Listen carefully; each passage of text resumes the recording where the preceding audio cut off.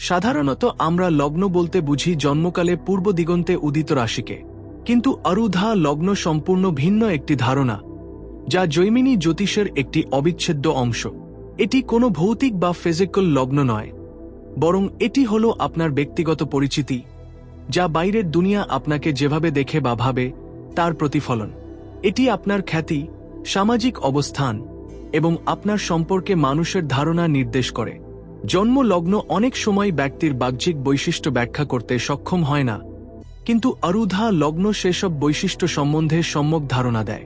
আরুধা লগ্ন নির্ণয় করা হয় লগ্নপতি যে ঘরে বসেছে সেই ঘর থেকে লগ্নপতির ঘরের দূরত্ব মেপে।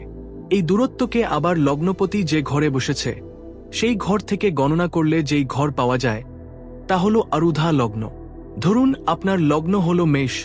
মেষ রাশির অধিপতি হলেন মঙ্গল। এবার আপনার জন্মকুষ্ঠিতে দেখুন মঙ্গল গ্রহটি কোন ঘরে বসে আছে। ধরা যাক মঙ্গল চতুর্থ ঘরে, অর্থাৎ কর্কট রাশিতে বসে আছে। এবার আমরা মঙ্গল যেখানে বসে আছে অর্থাৎ চতুর্থ ঘর বা কর্কট রাশি থেকে 4 ঘর দূরে গণনা করব। তাহলে আপনার আরুধা লগ্ন হল তুলা রাশি। আরুধা লগ্ন গণনার প্রধান ব্যতিক্রমগুলি হল, আরুধা লগ্ন কখনোই লগ্ন থেকে প্রথম অথবা সপ্তম ঘরে হতে পারে না। যদি গণনার ফলে এই দুটি ঘরের যে কোনো একটি আসে, তাহলে আরুধা লগ্ন তার পরিবর্তে লগ্ন থেকে দশম ঘরে স্থাপন করা হয়।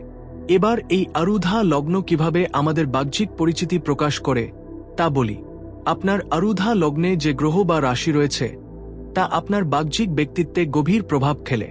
উদাহরণস্বরূপ, যদি আপনার আরুধা লগ্নে বৃহস্পতি থাকে তবে লোকে আপনাকে জ্ঞানী, সৎ এবং শ্রদ্ধেয় ব্যক্তি হিসেবে দেখবে।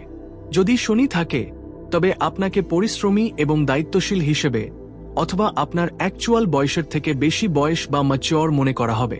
আবার আরুধা লগ্নের উপর শুভ গ্রহের দৃষ্টি থাকলে আপনার খ্যাতি বৃদ্ধি পায়, আর আরুধা অশুভ গ্রহের দৃষ্টি থাকলে বদনামের সম্ভাবনা থাকে।